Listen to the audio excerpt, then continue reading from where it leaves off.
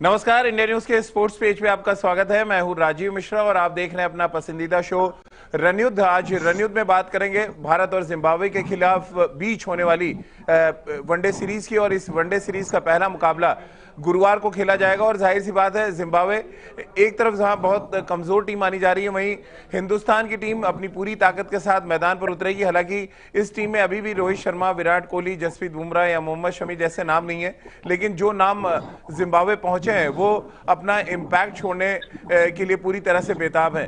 इन खिलाड़ियों के बारे में बात करेंगे। पहले वनडे मैच में क्या कुछ प्लेइंग 11 होगी भारतीय टीम की, इस पर बात करेंगे। और जिम्बाब्वे कितना टक्कर दे पाएगी, क्योंकि बांग्लादेश को कुछ दिन पहले उन्होंने T20 सीरीज में हराया अपनी सरजमी पर। आत्मविश्वास जिम्बाब्वे का भी बढ़ा होगा, लेकिन सामने भारतीय टीम है जो आयरलैंड, इंग्लैंड और उसके बाद वेस्ट इंडीज में जीत कर जिम्बाब्वे पहुंची है।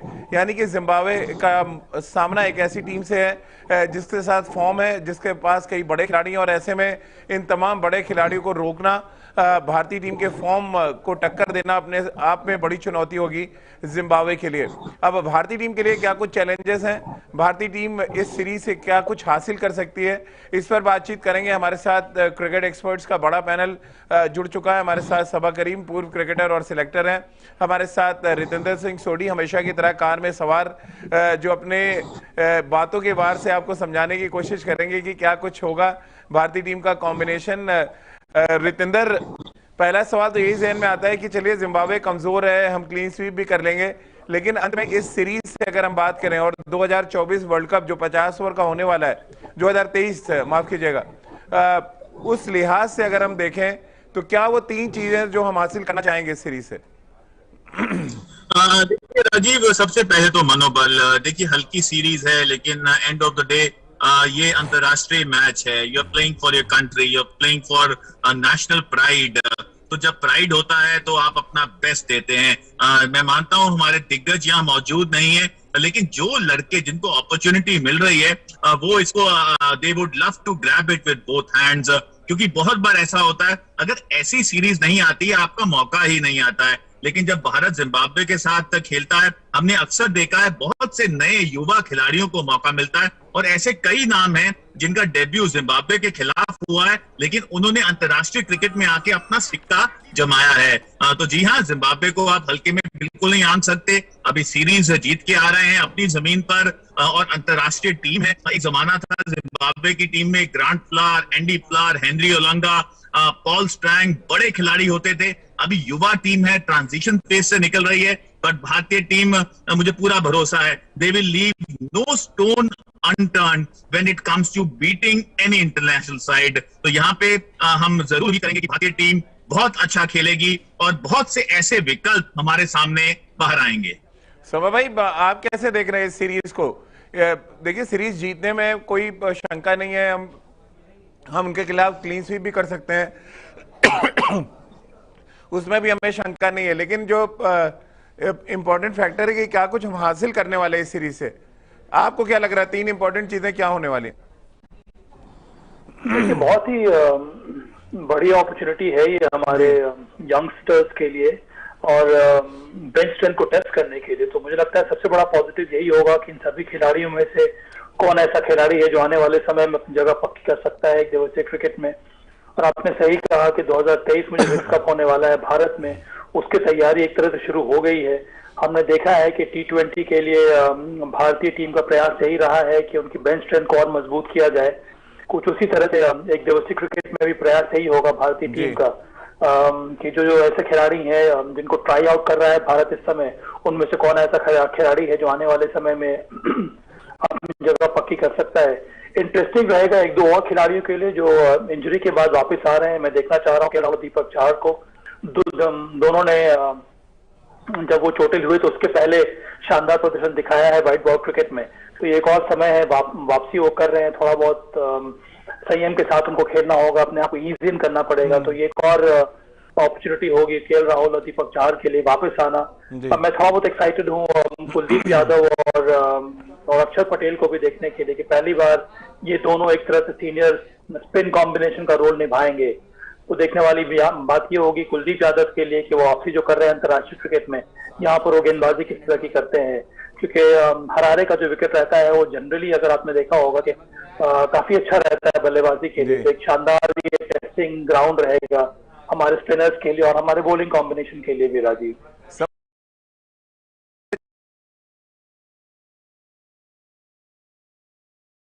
ग्राफिक्स के जरिए हम समझाने की कोशिश कर रहे हैं कि भारतीय टीम क्या कुछ बैटिंग ऑर्डर खिला सकती है, क्योंकि टीम पे अगर नजर डालें तो कोई स्पेशलिस्ट ओपनर है तो कोई मेक शिफ्ट ओपनर है।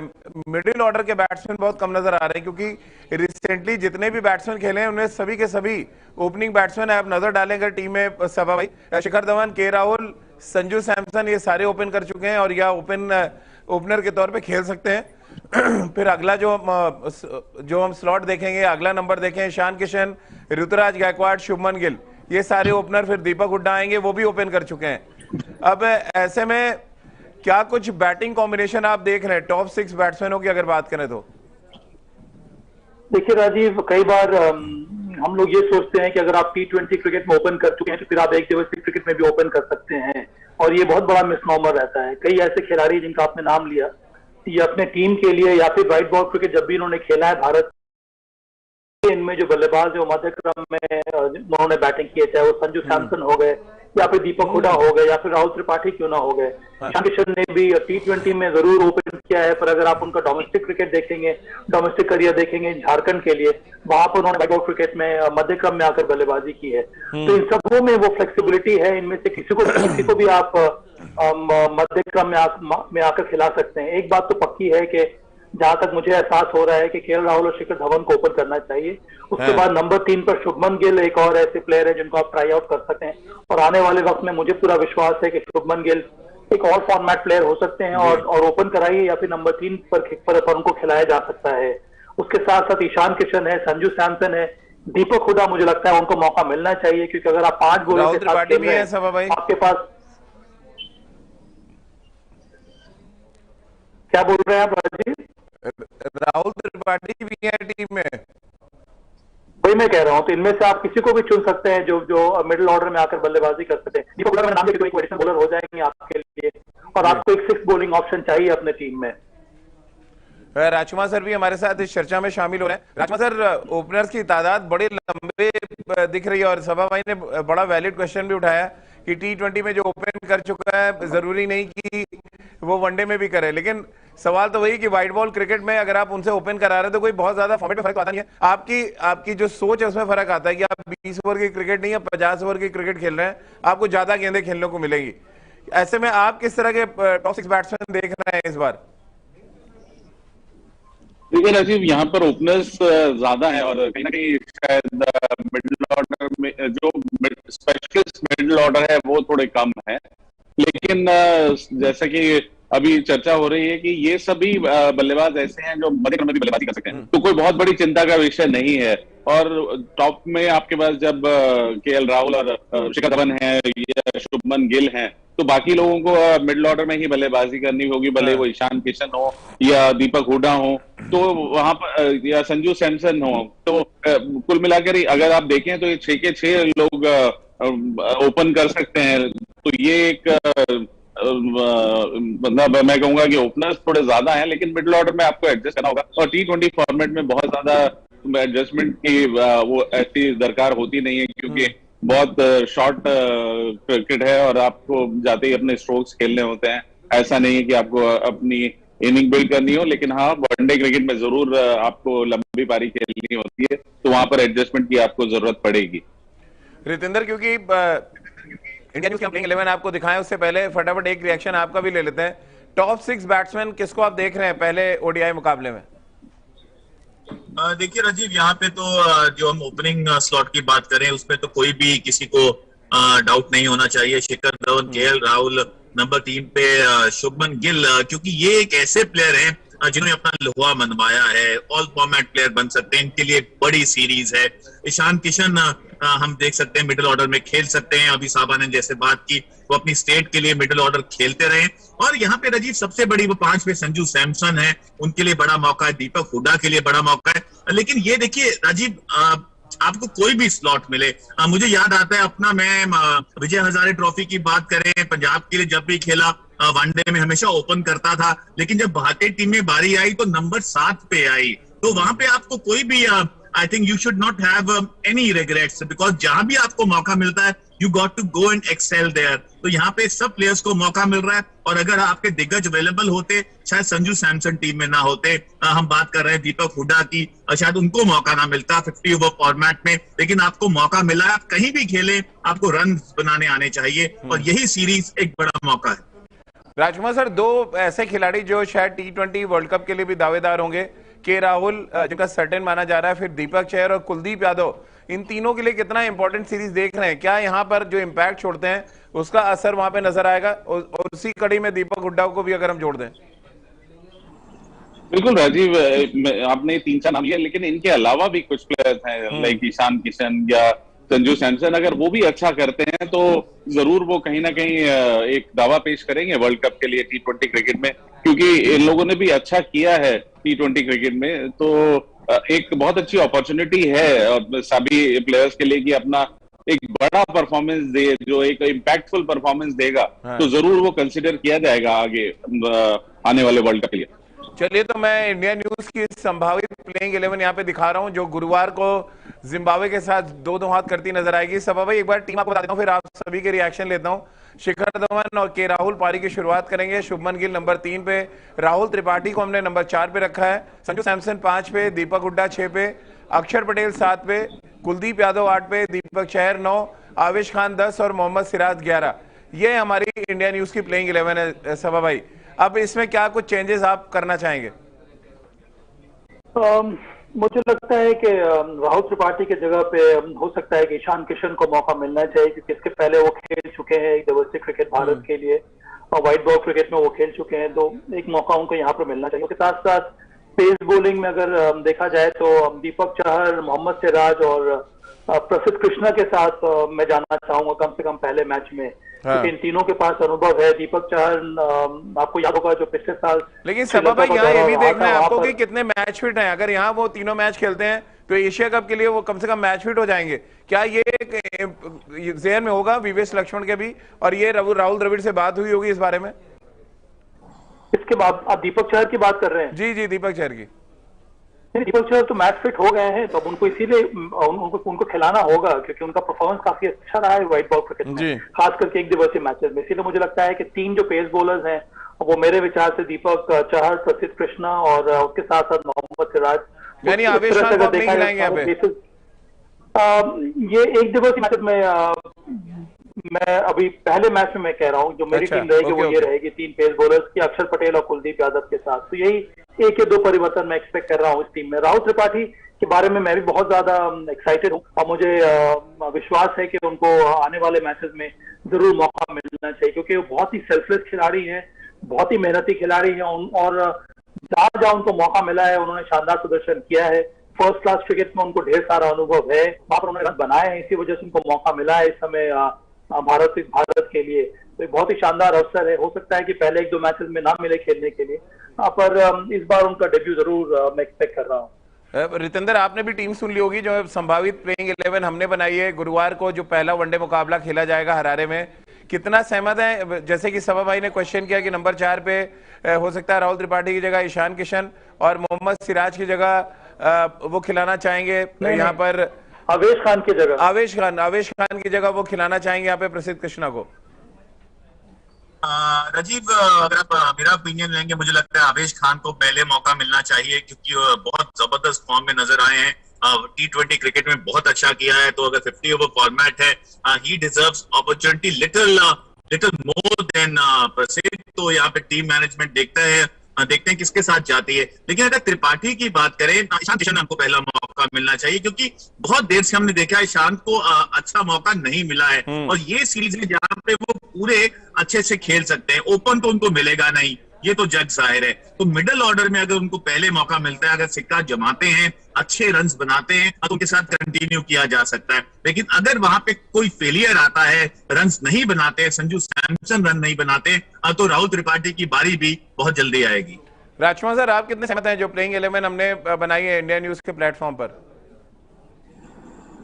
अरे मैं भी राहुल त्रिपाठी को फेवर करता हूं, लेकिन मेरा भी यही मानना है कि शायद ईशान किशन उनसे पहले डिजर्व करें और वो पहले खेलेंगे। मुझे तो लगता है कि वो संजू सैमसन से भी पहले खेलेंगे ईशान किशन, क्योंकि उनका परफॉर्मेंस काफी अच्छा रहा है और उनको प्रॉपर मौके नहीं मिले हैं। तो ईशान किशन शायद राहुल त्रिपाठी की जगह आ सकते हैं। और टॉसअप है बिटवीन आवेश खान और प्रसिद्ध कृष्णा, क्योंकि प्रसिद्ध कृष्णा वनडे के लिए ज्यादा सुटेबल बॉलर हैं। तो मुझे लगता है कि शायद आवेश खान से पहले प्रसिद्ध कृष्णा को मौका दिया जाएगा। उनके एक दो मैच इंग्लैंड में ज्यादा अच्छे नहीं रहे, लेकिन ओवरऑल अगर हम देखें तो उन्होंने अच्छा प्रदर्शन किया है T20 क्रिकेट में भी और वनडे में भी। सब भाई बड़ा इंटरेस्टिंग एक सजेशन है हमारे एक व्यूवर का। उनका कहना है कि के राहुल को मिडिल ऑर्डर में क्यों नहीं खिलाते, एक्सपीरियंस आएगा और आप शुभमन गिल से ही पारी की शुरुआत कराएं शिखर धवन के साथ, जिन्होंने वेस्टइंडीज में बहुत अच्छी शुरुआत दी क्रिकेट में। देखिए वो एक विकल्प है। केएल राहुल के कप्तान है। हम लोगों ने यहाँ पर चर्चा की है कि मिडिल ऑर्डर को और ज्यादा सशक्त बनाने के लिए तो एक विकल्प रहेगा केएल राहुल के पास कि वो नंबर 4 पर आ सकते हैं बल्लेबाजी करने के लिए, और शुभमन गिल या फिर ईशान किशन को ओपन कराया जा सकता है। प्रयास ये भी होना चाहिए कि लेफ्ट हैंड राइट हैंड का इस्तेमाल ठीक प्रकार से किया जाए। तो ये देखिए इस तरह के ऊपर नीचे या फिर फेरबदल बल्लेबाजी क्रम में हमें देखने को मिल सकता है, उसमें कोई बड़ी बात नहीं है। और इसीलिए मैंने कहा कि नहीं केवल ये बेंच स्ट्रेंथ के लिए एक तैयारी होगी, पर क्या आप उस प्रकार की फ्लेक्सिबिलिटी अपने टीम में ला सकते हैं कि नहीं, ये सारी चीजें आप ट्राई आउट कर सकते हैं जिम्बाब्वे के विरुद्ध। हालांकि जिम्बाब्वे का हाल में प्रदर्शन काफी अच्छा रहा है। आप लोगों को याद होगा कि बांग्लादेश के विरुद्ध 2-1 से श्रृंखला उन्होंने जीती थी, जिसमें सिकंदर रजा ने बैक टू बैक 200 लगाए थे। उसके साथ साथ कप्तान उनके अच्छे फॉर्म में है, इमैनुअल एक खिलाड़ी हैं, उन्होंने शतक लगाया है। उनकी गेंदबाजी भी वहां के कंडीशंस के हिसाब से काफी मजबूत नजर आ रही है। तो एक अच्छा मुकाबला मैं उम्मीद कर रहा हूं देखने को मिलेगा। शिखर धवन के लिए कितना इंपॉर्टेंट देख रहे हैं ये सीरीज राजकुमार सर, क्योंकि वेस्टइंडीज में उन्होंने अच्छा किया, एज ए कैप्टन जिता के आए, सडनली उनकी कप्तानी छीन ली गई, फिर उनसे जिम्बाब्वे पहुंचते ही पहली प्रेस कॉन्फ्रेंस भी करा दी गई जहां पे उन्होंने बड़ी मजेदार बातें भी की, लेकिन ओवरऑल अंत में तो आपको मैदान पे खेलना पड़ेगा तभी आप शिखर धवन कहलाएंगे। कितना इंपॉर्टेंट आप देख रहे हैं ओडीआई क्रिकेट में 2023 वर्ल्ड कप के लिहाज से शिखर धवन के लिए? देखिए शिखर धवन अब उस स्टेज पर है राजीव की वो कहीं भी खराब करेंगे तो बहुत मुश्किल हो जाएगी उनके लिए कमबैक करना, क्योंकि age is not with him. लेकिन उन्होंने हमेशा जब भी उन्हें मौका मिला है तो कंसिस्टेंटली परफॉर्म किया है, और वो एक ऐसे बल्लेबाज हैं जो मुझे माना है कि बहुत कंसिस्टेंट रहे हैं वनडे क्रिकेट में। तो यहाँ पर भी मुझे पूरी आशा है कि वो अच्छा प्रदर्शन करेंगे, और कहीं ना कहीं उनके भी जहन में होगा 2023 का 50 ओवर वर्ल्ड कप, और वो भी चाहेंगे कि वहां पर वो अपनी जगह पक्की करें। भारत में वो वर्ल्ड कप है तो मतलब सभी इंडियन प्लेयर्स चाहेंगे कि वो उस वर्ल्ड कप में पार्टिसिपेट करें, और मुझे लगता है कि लेफ्ट राइट का जो कॉम्बिनेशन है तो उनका कोई सब्स्टिट्यूट अभी भारत के पास है नहीं, तो वो एक स्ट्रॉन्ग कंटेंडर है 2023 वर्ल्ड कप के लिए। और यहाँ पे मुझे पूरी आशा है कि वो कंसिस्टेंटली परफॉर्म करेंगे और अपनी जो जगह है उन्होंने पक्की करनी है 2023 के वर्ल्ड कप के लिए, उसके लिए पूरा वो जोर लगाएंगे। रितेंद्र, टीम में 3 जो स्पिनर हैं तीनों लेफ्ट आर्म है, अक्षर पटेल, कुलदीप यादव और वाशिंगटन सुंदर, क्योंकि इंजर्ड हुए तो वो कॉम्बिनेशन थोड़ा सा बिगड़ गया। अब आपको 2 लेफ्ट आर्म खिलाने पड़ेंगे, आप चाहे अक्षर पटेल कुलदीप को खिला लें या शहबाज अहमद जो बंगाल के लिए खेलते हैं आप उनको खिला लें। क्या अक्षर पटेल और कुलदीप के साथ ही आप जाना पसंद करेंगे इनिशियली, क्योंकि बैटिंग अक्षर पटेल इन दिनों बैटिंग में बहुत बड़ा कंट्रीब्यूशन दे रहे हैं? जी हाँ बिल्कुल राजीव, अगर हम सीनियरिटी की बात करते हैं, एक्सपीरियंस की बात करते हैं, तो अक्षर और कुलदीप आपके यहाँ पे प्रीमियर बॉलर्स हैं, आप इनके साथ ही जाना चाहेंगे और क्यों नहीं। और आपने सही कहा, अक्षर पटेल जिस तरह बल्लेबाजी करते हैं वो अपने दम पे मैच भी जिता सकते हैं। जब लोअर ऑर्डर की हम बात करते हैं तो उनको डेफिनेटली पहले कहीं ना कहीं अपॉर्चुनिटी मिलनी चाहिए और मिलेगी भी। और अगर ये अच्छा नहीं करते हैं, क्योंकि देखिए ये टूर ऐसा है राजीव, यहाँ पे अगर आप अच्छा नहीं करेंगे, क्योंकि अपॉर्चुनिटीज का टूर है और यहाँ पे कोच बिल्कुल नहीं संकोच करेंगे दूसरे लड़के को मौका देने के लिए, and everybody should get an opportunity. Because ऐसे टूर ज्यादा आते नहीं है जब आपके दिग्गज अवेलेबल नहीं होते हैं।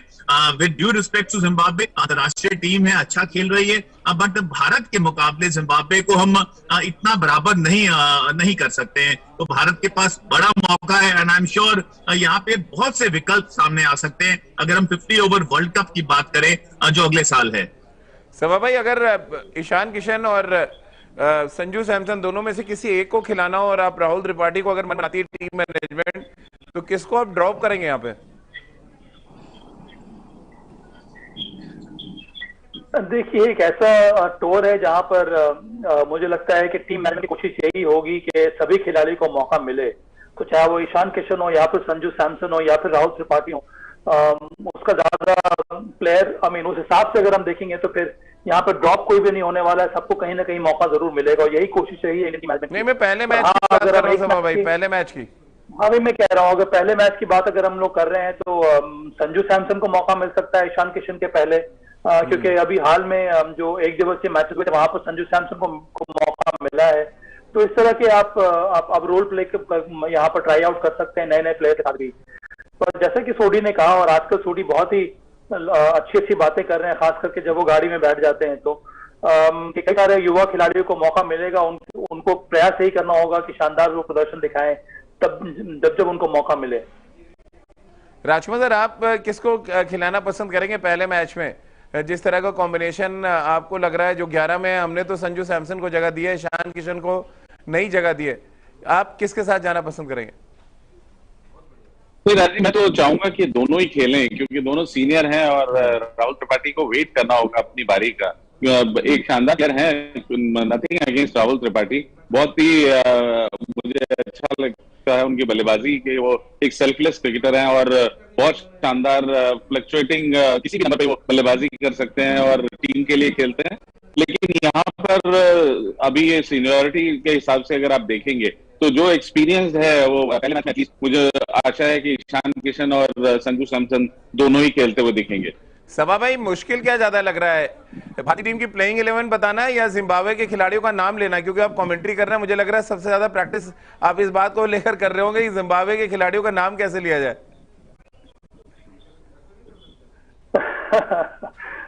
राजीव, जब मैच शुरू हो जाएगा तब तक वो सारे नाम भी याद आ जाएंगे क्योंकि एक इमर्जिंग टीम है ये। और मुझे तो अच्छा ये लगता है कि भारत ने हमेशा कोशिश की है जिम्बाब्वे जाने की, क्योंकि बहुत ज्यादा जरूरी है कि जो बड़ी टीमें हैं इस समय अंतर्राष्ट्रीय क्रिकेट में, वो इस प्रकार की इमर्जिंग टीम्स के साथ खेलें।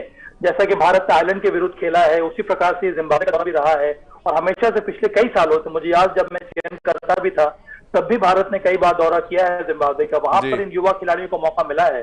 और वहां से इस समय जो कोचिंग स्टाफ है उसमें परिवर्तन हुआ है जिम्बाब्वे के। डेव हाउटन जो बहुत पहले खेलते थे जिम्बाब्वे के लिए, कमाल का प्रदर्शन उनका रहा है, उनको इस समय हेड कोच उनको बनाया गया है। और उनकी कोशिश यही होगी कि चलिए बांग्लादेश के विरुद्ध तो उन्होंने अच्छा किया है, पर उनका प्रयास यही होगा कि एक मजबूत टीम जो है, भारत जैसी मजबूत टीम के विरुद्ध भी वो शानदार प्रदर्शन दिखाया। तो उनकी कोशिश यही होगी इस समय।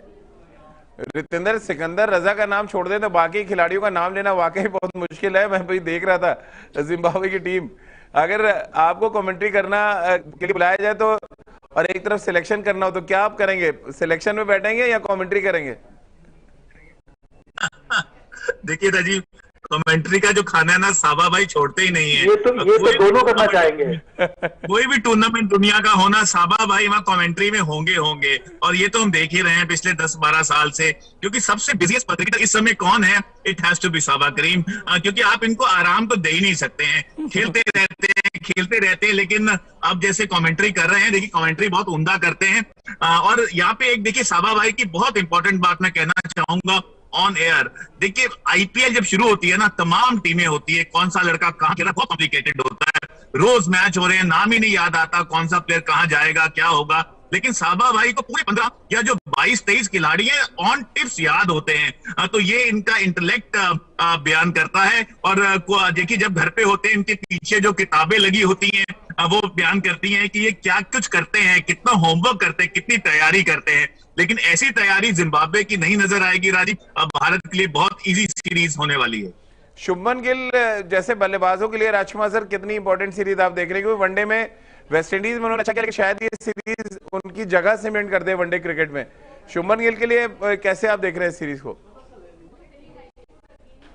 हम सभी जानते हैं और सबने देखा है कि कितने टैलेंटेड क्रिकेटर हैं वो, बहुत जबरदस्त वो एक टैलेंट है जो अपकमिंग क्रिकेटर है भारत का। और वो एक ऐसे खिलाड़ी लग रहे हैं केएल राहुल के बाद की जो शायद तीनों फॉर्मेट में भारत के लिए खेल सकते हैं।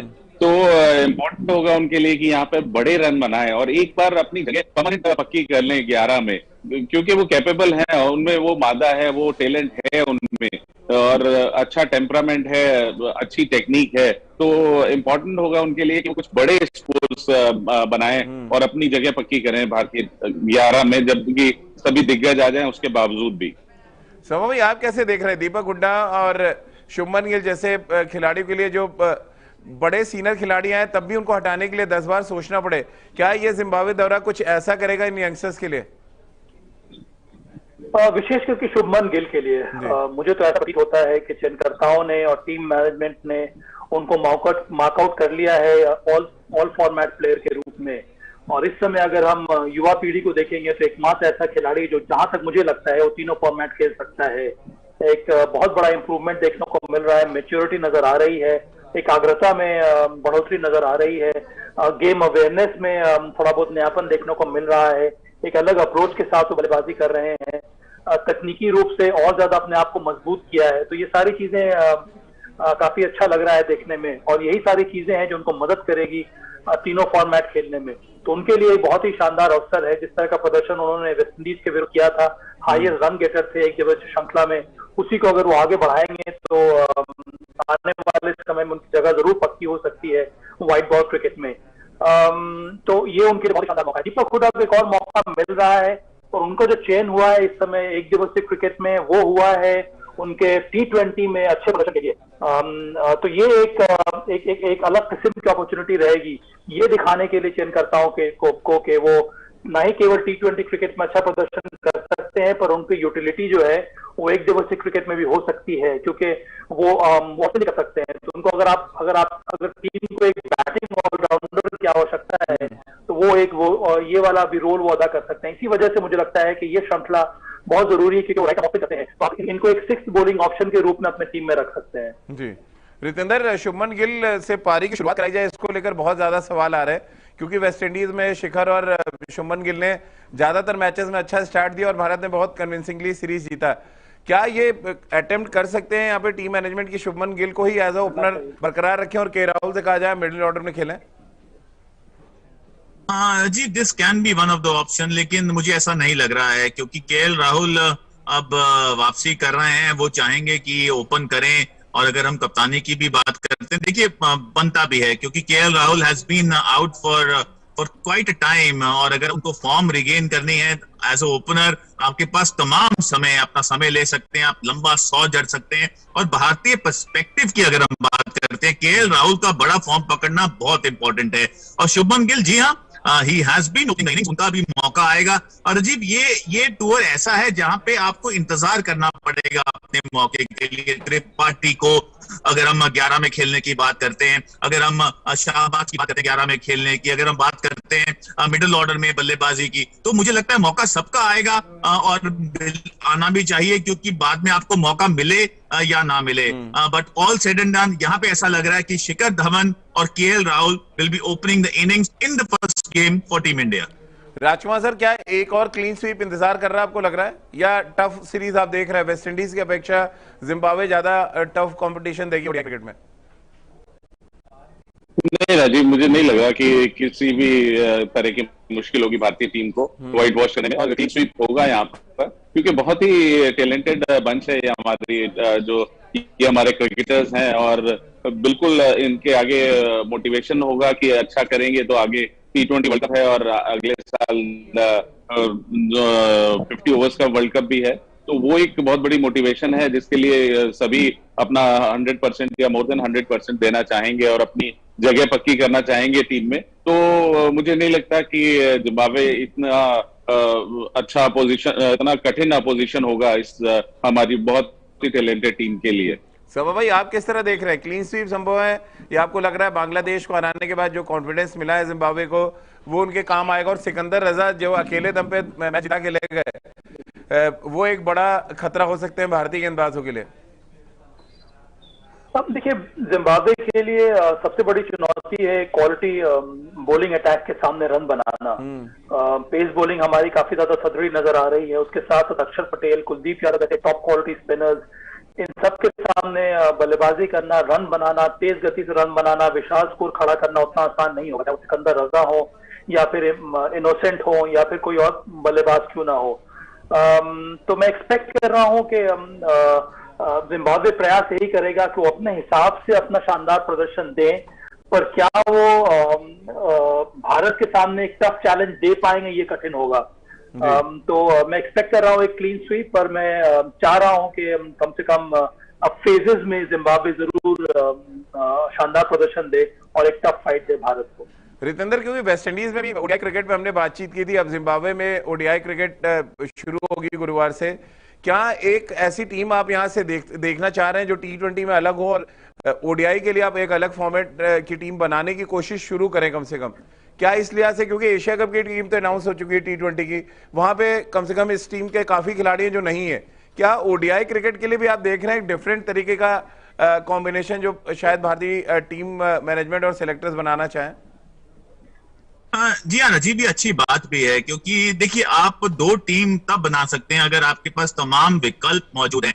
बहुत बार ऐसा होता है कि आपका ODI cricket, T20 cricket, test cricket 7-8 player वही न्यूक्लियस खेलता है, लेकिन अब भारतीय टीम के पास विकल्प हैं। देखिए दीपक हुडा की हम बात करते हैं, ईशान किशन की हम बात करते हैं, जिनको एशिया कप में जगह नहीं मिली है, लेकिन वो they can walk in Asia cup team की अगर हम बात करें, they just did not make it, लेकिन कहीं ना कहीं उनके पास भी बड़ा मौका था। तो यही भारतीय क्रिकेट में चेंज आया है। अब बड़ा मुश्किल हो गया है कि आपको किसको सिलेक्ट करना है, किसको नहीं करना है। लेकिन अगर आपके पास जिम्बाब्वे जैसी सीरीज है तो आपके लड़के खेलते रहेंगे, अंतरराष्ट्रीय क्रिकेट खेलते रहेंगे। आपने सही कहा, समय आ सकता है कि जो ओडीआई क्रिकेट की जो प्लानिंग है, जो ओडीआई क्रिकेट के जो लड़के हैं, T20 के जो लड़के हैं, हमारे पास बहुत से ऐसे मौजूद हो कि हम दो अलग अलग टीमें खड़ी कर सकें, और वो अच्छे संकेत होते हैं किसी भी कंट्री के लिए। राजकुमार साहब, क्या है ये प्रोसेस आप भी देख पा रहे हैं, या आपको लग रहा है नहीं व्हाइट बॉल की एक टीम होगी या एक पूल होगा, या आपको लग रहा है ओडीआई के कुछ अलग प्लेस होंगे और T20 के अलग? नहीं राजीव, अब तो समय आ गया है कि आप T20 के प्लेयर्स अलग रखें, वनडे के अलग रखें और टेस्ट मैचेस के अलग रखें।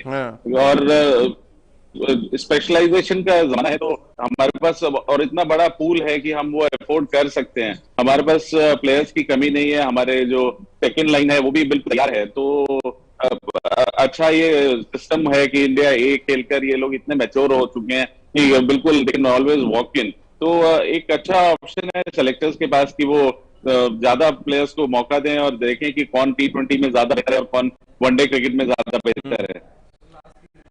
सवा भाई, आखिरी सवाल, आप कैसे देख रहे हैं? क्या वाकई आपको एक हिंट मिल रहा है यहाँ पे कि ओडीआई क्रिकेट का पूल अलग करके और T20 का पूल अलग करके, क्योंकि एशिया कप की टीम जो बनी वो थोड़ी अलग है, और जो जिम्बाब्वे में खिलाड़ी खेल रहे हैं उसमें ज्यादातर वो खिलाड़ी जो ओडीआई क्रिकेट ज्यादा प्रेफर करते हैं? देखिए, जिम्बाब्वे में तो हमेशा से ऐसा रहा है, जब भी जिम्बाब्वे का दौरा हुआ है या वहां पर न्यू कमर्स को या फिर यंग क्रिकेटर्स को मौका मिला है। तो यहाँ पर जो टीम हम देख रहे हैं उसका ये मतलब नहीं है कि भारतीय चयनकर्ता या फिर टीम मैनेजमेंट सोच रहा है अलग अलग फॉर्मेट में अलग अलग प्लेयर्स को खिलाने के लिए। हाँ, पर वो निकल आने वाले FTP में जो कि अनाउंस हुआ है आज ही 2023 से लेकर जो आने वाला जो साइकिल होगा उसमें ये भारत को डिसाइड करना होगा कितने सारे मैचेस भारत खेल रहा है एक दिवसीय क्रिकेट में, T20 में और टेस्ट मैचेस में, और उसके हिसाब से आप तैयारी कर सकते हैं। तो अगर उस प्रकार के क्लैशेस होते हैं तब हो सकता है कि भारत इसके बारे में सोचे। पर हाँ, मुझे लगता है कि व्हाइट बॉल क्रिकेट और टेस्ट मैच क्रिकेट में हो सकता है कि थोड़ा बहुत चेंजेस देखने को मिले। टेस्ट मैच स्पेशलिस्ट एक अलग प्रकार के प्लेयर्स होते हैं, और फिर व्हाइट बॉल क्रिकेट में कई सारे प्लेयर्स जो हैं वो सिमिलर नजर आएंगे। तो ये एक ट्रांसफॉर्मेशन मैं आने वाले समय में जरूर एक्सपेक्ट कर रहा हूँ। चलिए तो फटाफट जाने से पहले एक बार प्लेइंग 11 बता दें जो पहले ओडीआई मुकाबले में मैदान पर उतर सकती है। शिखर धवन, के राहुल पारी की शुरुआत, नंबर 3 पे शुभमन गिल, या ये भी हो सकता है शुभमन गिल पारी की शुरुआत करें और के राहुल नंबर 3 पे आ जाए। राहुल त्रिपाठी एक सरप्राइज पैकेज हो सकते हैं पहले मैच में। संजू सैमसन, दीपक हुड्डा, अक्षर पटेल, कुलदीप यादव, दीपक चहर, हर किसी की निगाहें दीपक चहर पे होंगी। फिर आवेश खान और मोहम्मद सिराज, ये हमारे पेस बॉलिंग अटैक होगा। तो कुल मिलाकर पहले ओडीआई मुकाबले में ये प्लेइंग 11 हो सकती है जो इंडिया न्यूज के प्लेटफॉर्म पे आप देख रहे हैं। सबा भाई बहुत बहुत शुक्रिया आपका, रितेंद्र आपका भी, और राजकुमार सर आपका भी हमारे साथ जुड़ने के लिए। तो जिम्बाब्वे और भारत के बीच जो 3 मैचों की सीरीज है उसका प्रीव्यू और पोस्ट मैच एनालिसिस लेकर हम लगातार आपके सामने आते रहेंगे। आज की चर्चा में फिलहाल इतना ही।